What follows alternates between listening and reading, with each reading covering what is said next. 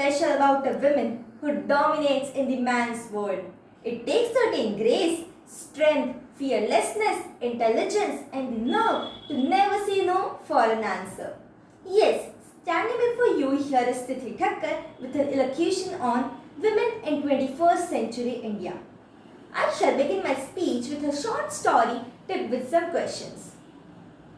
Have you ever seen a grown-up elephant tied to a tiny stake with an ordinary rope? Have you ever wondered why doesn't the mighty beast just give a powerful tug and break free? The problem is that since childhood the elephant has been conditioned that he can't.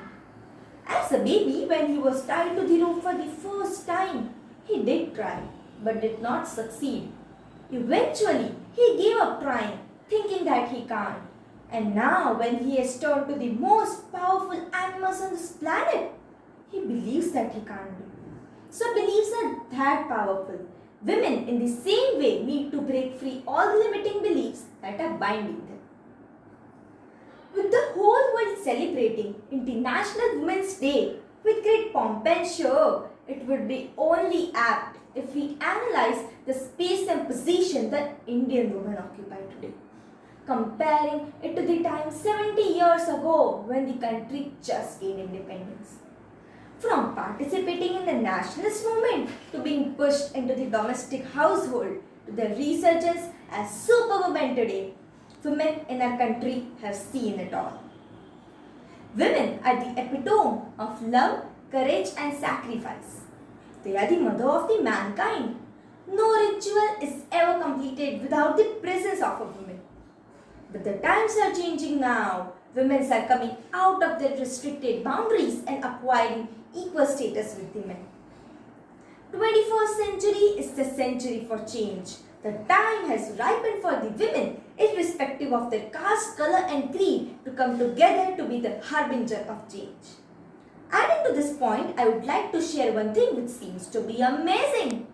From nurses to doctors, from home tutors to the vice chancellors of big universities, and from simple ordinary housewife to the successful entrepreneurs. Women is everywhere.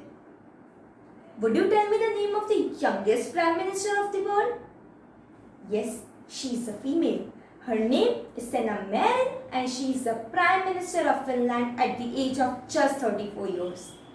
Even you can take the example from the current situation. Today, all the women leading nations, Belgium, Iceland, Finland, New Zealand, have the least COVID-19 cases. From this we can infer that if a woman imagines she can even touch the sky, and with strong determination, no one can ever stop her from achieving what she wants. For example, Kiran Bedi, who is the first Indian police service officer. Avni Chaturvedi, who has set a milestone for all the women by being the first female fighter pilot. Mother Teresa, Gunja Saxena, who is the first female Indian to fly in the combat zone, and Kalpana Chawla. Yes, we cannot deny the efforts of men behind women empowerment. For example, Raja Ram Mohan Roy, Lord William Bentinck abolished the sati pratha by declaring it as an offence. Modern women of 21st century is completely different from the historical women. Today, the woman is consumed with the multiple obligations, duties and responsibilities, and sometimes all at once. Today, the woman is so self-sufficient and financially independent that she can be easily called a superwoman, juggling with so many fronts single-handedly. At the end, I conclude my speech saying that there needs to be a sea change in the mindset of the people. Not just the women, but the man needs to wake up the world which is moving towards equality and equity. Most importantly, these women have managed to raise their voice and put forth their strong opinions despite risk. It is such women and such opinions that will bring about the change that our society needs. Today, at the dawn of 21st century, the women are placed at a position of advantage. They are literally on the move. They are paying heed to their inner voice. They are no longer interested in those hollow jargon and jingoism. They are finding their individual and collective voice. There are many government programs and NGOs that are run throughout the country, but there still exists a wide gap, those under protection and those not. Moreover, there are many places across the world, even across the country, where the women are unaware about the rights, which are told to them. Thus, to create a sustainable world, we must begin to empower the women. At the end, I conclude my speech with a beautiful quote. Feminism isn't about making women strong.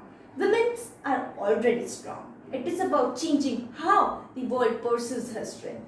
With this positive attitude, I shall end my speech here, and I hope you liked it and would get the best possible outcome of it and empower the women. Thank you.